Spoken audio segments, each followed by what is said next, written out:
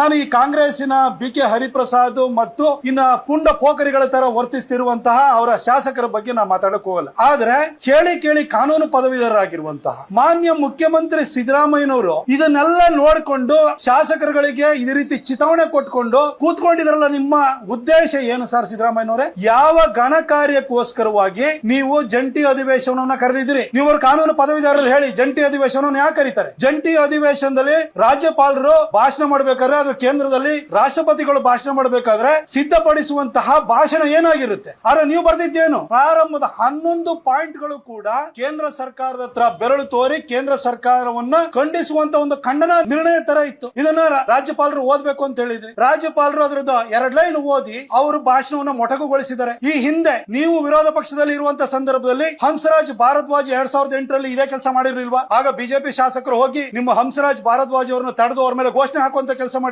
ಹಿಂದೆ ಸಮ್ಮಿಶ್ರ ಸರ್ಕಾರ ಇರುವಂತ ಸಂದರ್ಭದಲ್ಲೂ ವಜುಬಾಯಿ ಕೂಡ 2 ಲೈನ್ ಓದಿದ್ರು. ಆಗ್ಲೂ ಈ ರೀತಿ ವರ್ತನೆ ಕಂಡು ಬಂದಿರಲಿಲ್ಲ. ಯಾಕಾಗಿ ಈ ಸರಿ ಈ ರೀತಿ ದುಂಡಾವರ್ತನೆಯನ್ನು ಮಾಡ್ತಾ ಇದ್ದೀರಿ ಸರ್ ನೀವು? ಮೋರ್ ಓವರ್ ಜಂಟಿ ಅಧಿವೇಶನವನ್ನು ಕರೆಯುವಂತ ಅಗತ್ಯ ಏನಿತ್ತು?